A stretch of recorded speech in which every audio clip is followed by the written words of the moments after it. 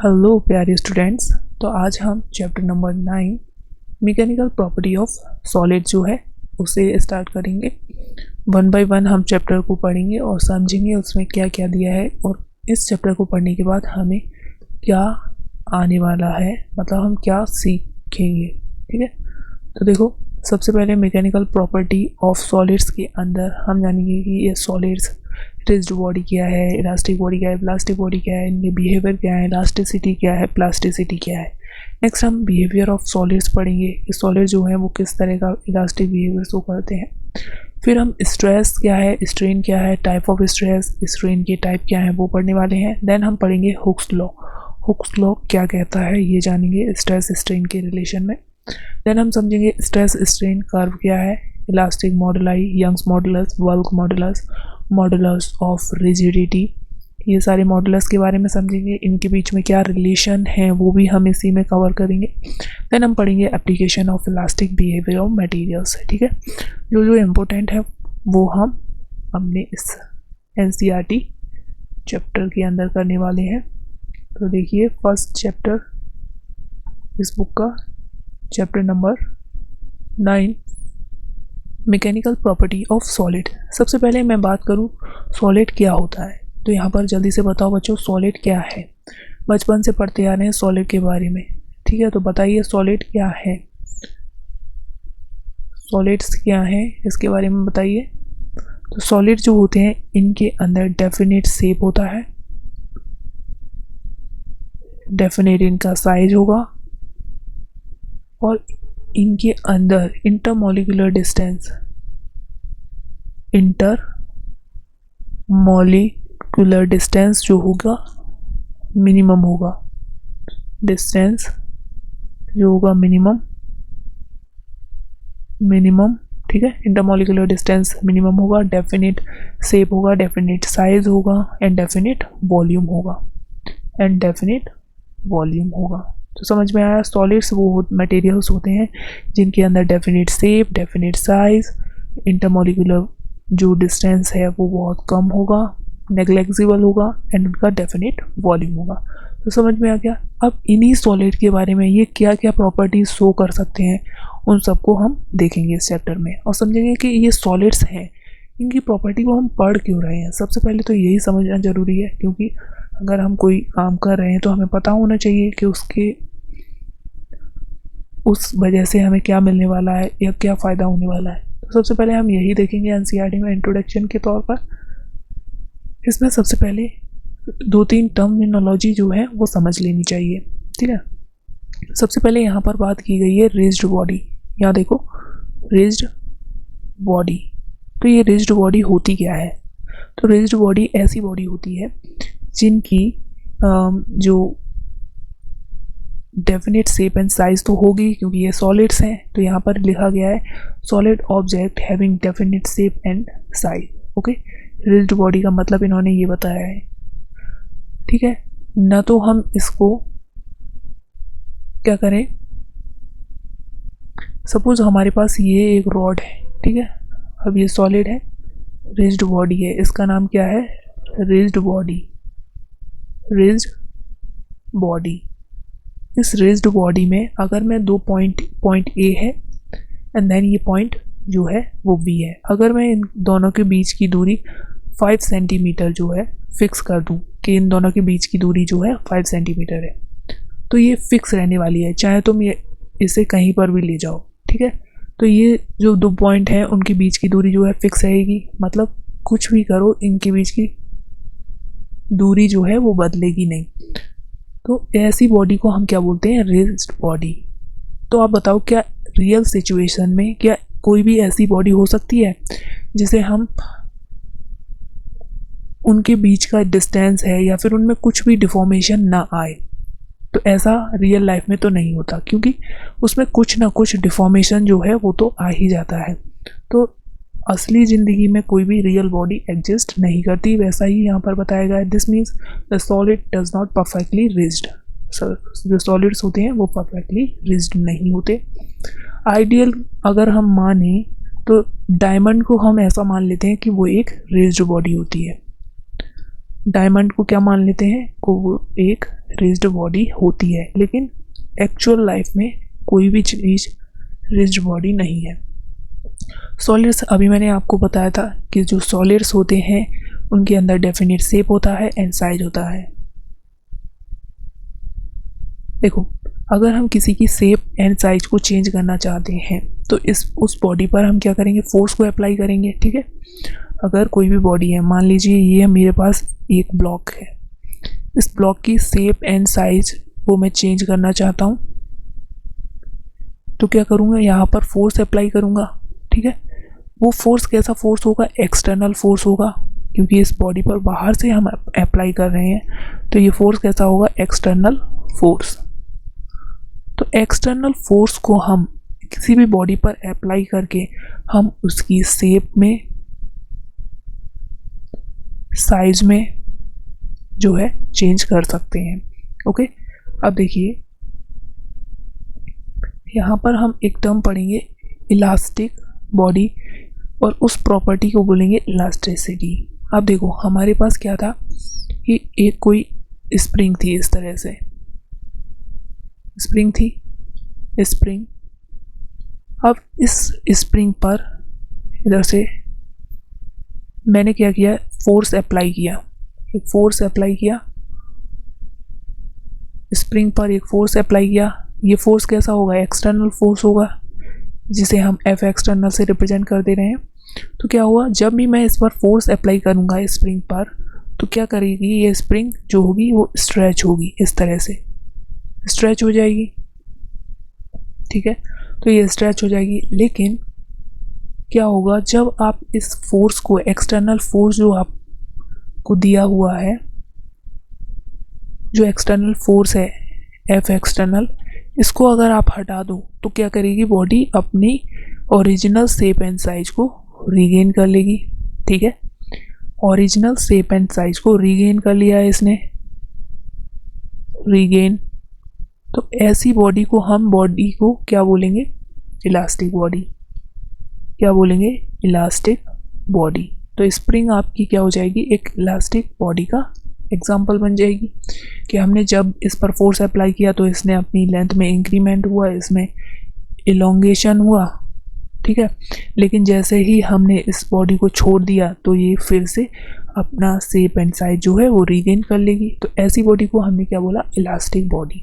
Okay, तो यहाँ पर समझ में आया कि इलास्टिक बॉडी क्या है। अब ये जो प्रॉपर्टी है, इस स्प्रिंग की जो प्रॉपर्टी है, उस प्रॉपर्टी को हमने क्या बोला है, इलास्टिसिटी। इस प्रॉपर्टी को हमने बोला है इलास्टिसिटी। ओके,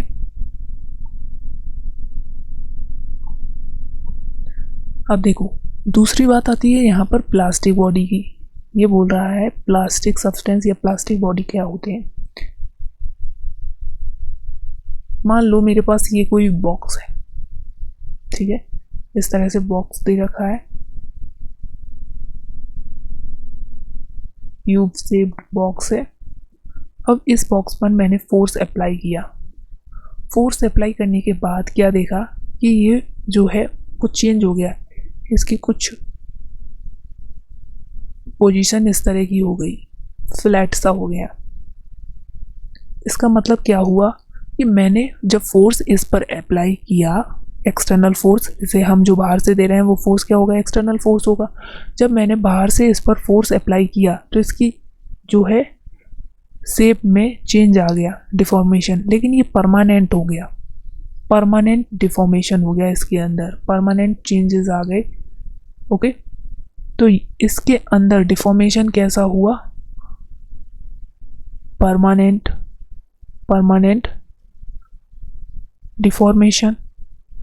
परमानेंट डिफॉर्मेशन का मतलब क्या हुआ कि अब ये बॉडी कभी भी अपनी ओरिजिनल शेप में नहीं पहुंच पाएगी। तो ऐसी बॉडी को हम क्या बोलते हैं, प्लास्टिक बॉडी। ऐसी बॉडी को हम क्या बोलते हैं, प्लास्टिक बॉडी।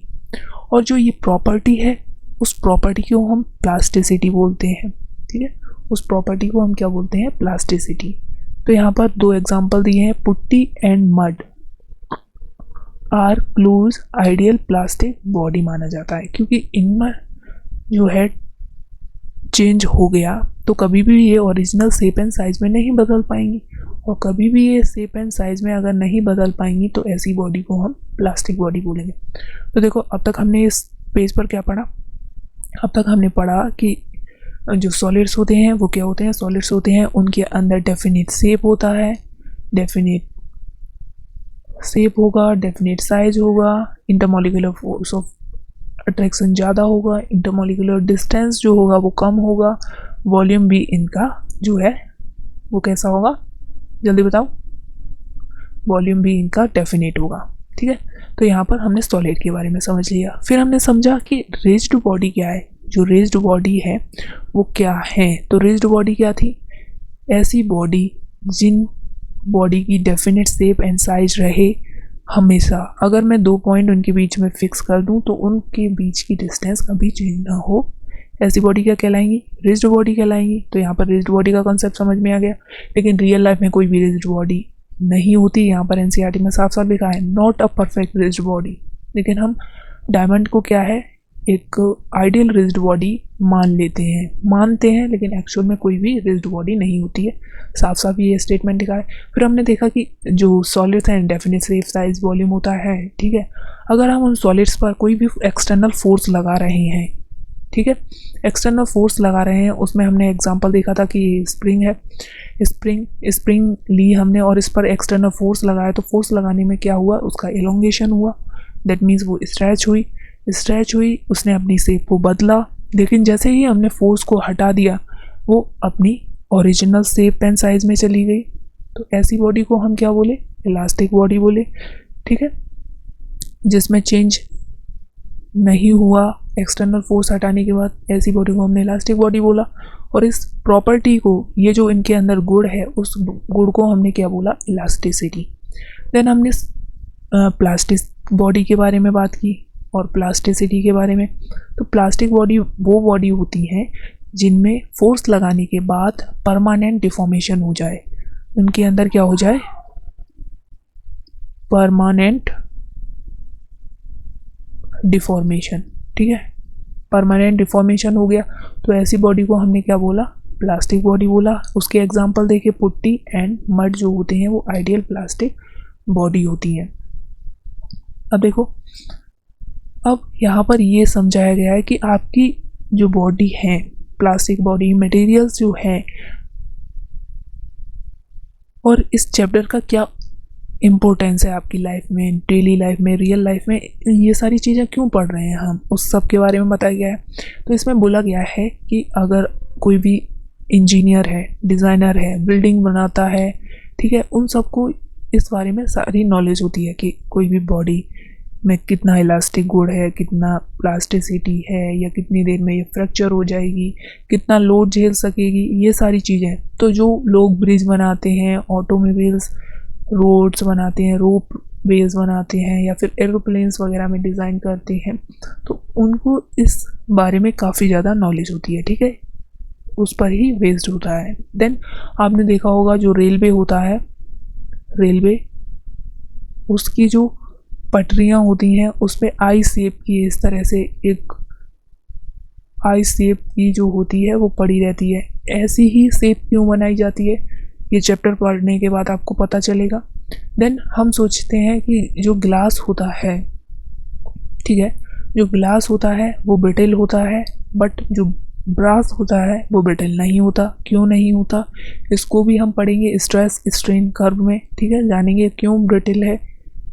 तो इस तरह के क्वेश्चन है ना, वो सारे आपके दिमाग में आ रहे होंगे, वो सब इस चैप्टर को पढ़ने के बाद क्लियर हो जाएंगे। तो बताओ, समझ में आया अब तक? तो नेक्स्ट चलते हैं हम अपना elastic behaviour of solids. Elastic behaviour of solids ये क्या बोला है, we know that in solid के अंदर each atom and molecules is surrounded by neighboring atoms or molecules।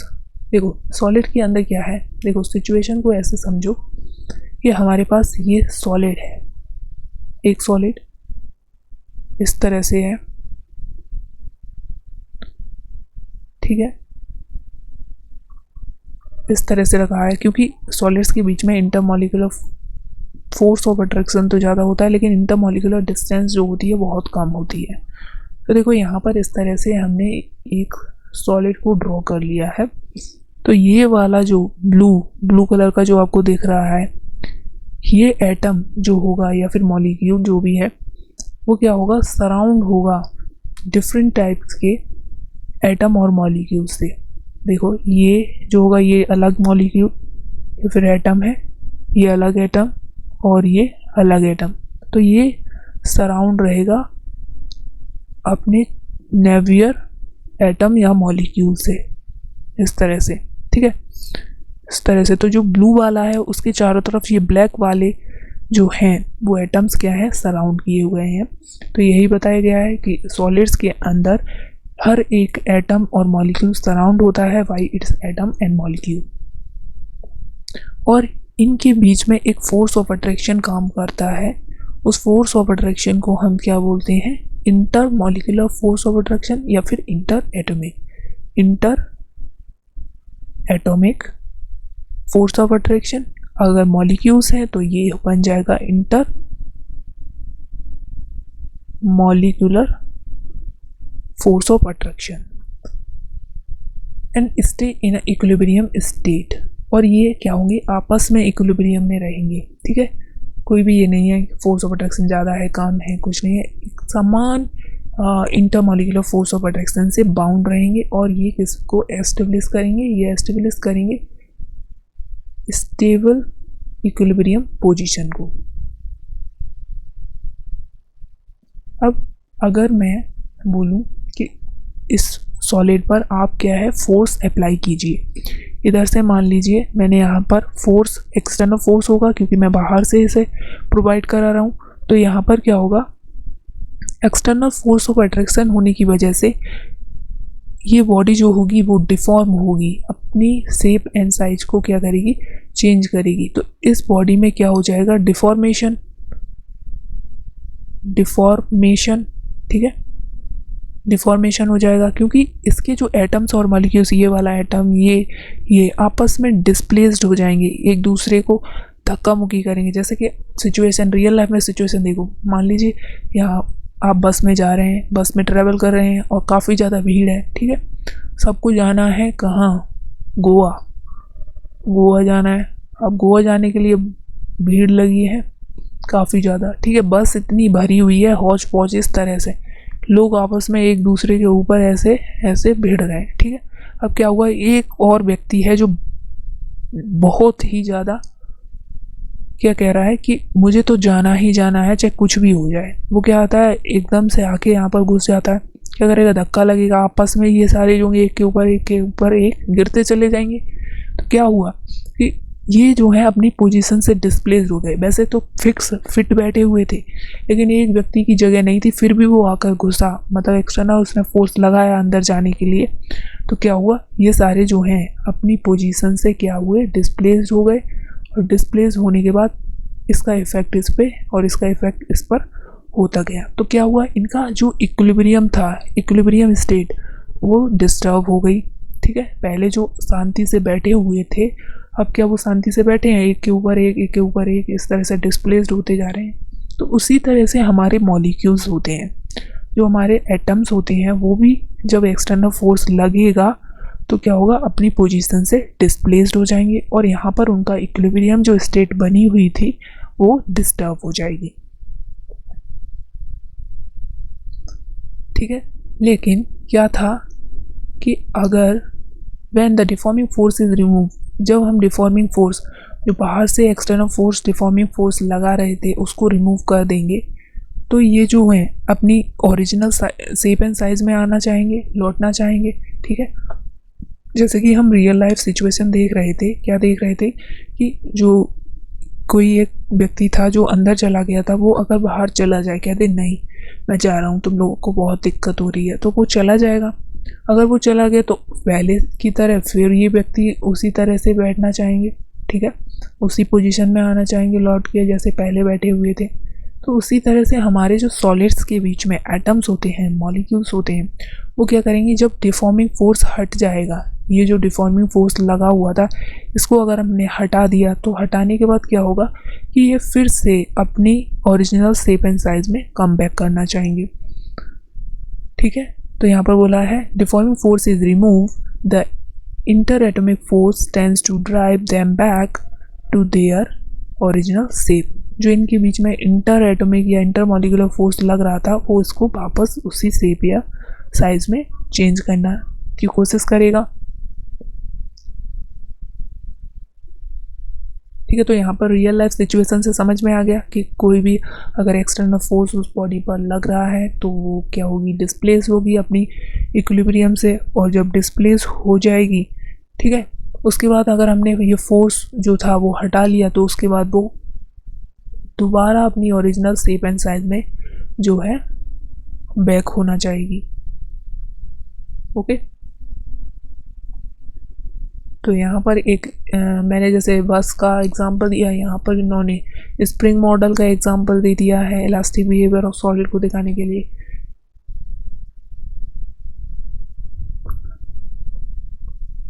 Elastic behavior of solid can be explained in terms of microscopic nature of solid. Elastic behavior of solid can be expressed in terms of the microscopic nature of solid. तो यहाँ पर एक scientist थे Robert Hooke, ठीक है, जो English फिजिक्सिस्ट थे। इन्होंने क्या किया, एक एक्सपेरिमेंट परफॉर्म किया स्प्रिंग का and found that the elongation मतलब change in length produce in a body is display is proportional to the applied force और लोड। क्या करा कि इन्होंने स्प्रिंग में कोई भी एक फोर्स या लोड जो है वो लगाया, और लगाने के बाद क्या देखा कि उस बॉडी पर कितना एलोंगेशन हो रहा है। मान लो ये स्प्रिंग थी, इस तरह से स्प्रिंग थी, इस स्प्रिंग में उन्होंने एक फोर्स जो है वो अप्लाई किया। अब देखा कि इसमें इनिशियली ये पोजीशन थी, लेकिन बाद में जब इन्होंने फोर्स लगाया तो उसमें कुछ इलोंगेशन x हो गया। अगर मान लो इसकी लेंथ l थी तो ये x इलोंगेशन L0 इसकी लेंथ थी। फाइनली इसकी लेंथ उन्होंने देखी कितनी हो गई, फाइनली इन्होंने देखा कि उसकी लेंथ जो थी वो L हो गई। तो इसमें कुछ ना कुछ चेंज आया उसकी लेंथ में, तो उस चेंज को क्या बोलेंगे, delta L equals to total जितनी अब लेंथ है माइनस इनिशियल लेंथ। तो ये क्या हो गया, इलोंगेशन। इसे क्या बोला, डेल्टा L को इलोंगेशन। ठीक है, डेल्टा L को क्या बोला, इलोंगेशन या change in length is proportional to the applied force या लोड। जितना भी इस पर फोर्स जो लगाया था हमने उसके डायरेक्टली प्रोपोर्शनल होगा। डेल्टा L जो होगा डायरेक्टली प्रोपोर्शनल टू फोर्स या फिर लोड, ऐसा इन्होंने बोला। मतलब जितना ज़्यादा फोर्स लगाएंगे उतना ही ज़्यादा उस बॉडी में डिफॉर्मेशन होने वाला है। तो ये बातें किसने कही थी, रॉबर्ट हुक। अब नेक्स्ट हम देखते हैं, ठीक है, उसे पहले हम इलास्टिक सिटी का लॉ बोलते थे, लेकिन आजकल इसे फैशन में हुक्स लॉ के नाम से जाना जाता है। ठीक है, क्या बोलते हैं, हुक्स लॉ।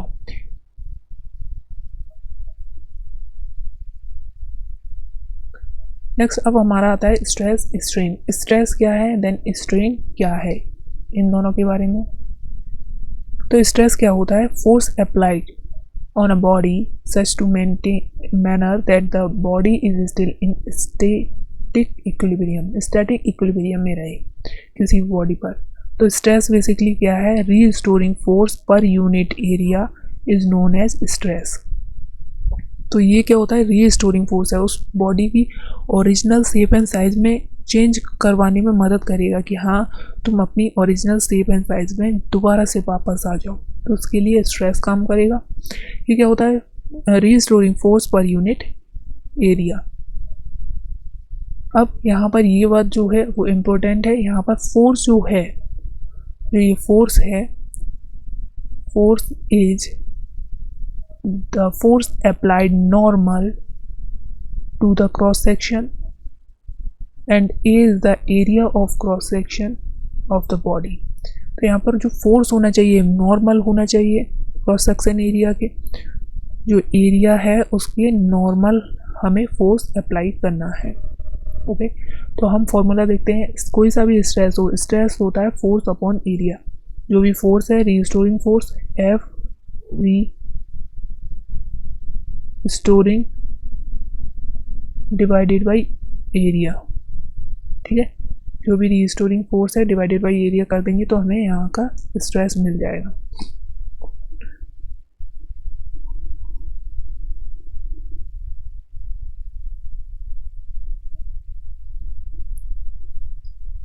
अब नेक्स्ट बच्चों, यहाँ पर इसकी यूनिट हो जाएगी SI यूनिट जो होती है स्ट्रेस की वो होगी न्यूटन पर मीटर स्क्वायर, क्योंकि फोर्स की क्या होती है न्यूटन और एरिया क्या होता है मीटर स्क्वायर, तो यहाँ पर न्यूटन पर मीटर स्क्वायर, और इसी को ही पास्कल बोलते हैं, क्योंकि प्रेशर का भी यूनिट क्या होता है pressure equals to force upon area होता है। अब डायमेंशन की बात करें तो जो है यहाँ पर देखो, इधर देखो, डायमेंशन की बात कर लेते हैं हम। यहाँ पर ये क्या था न्यूटन पर मीटर स्क्वायर, तो देखो डायमेंशन न्यूटन फोर्स की क्या होगी ML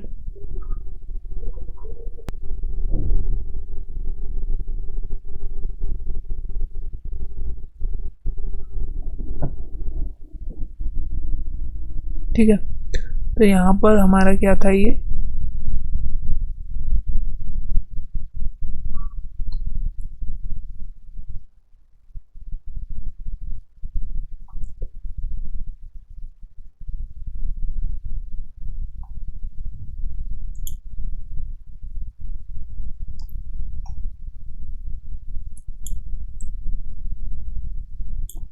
यहाँ पर साइंटिस्ट रॉबर्ट हुक के बारे में कुछ बताया गया है।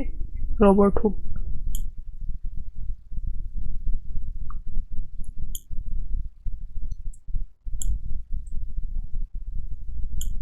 एक मिनट बच्चों,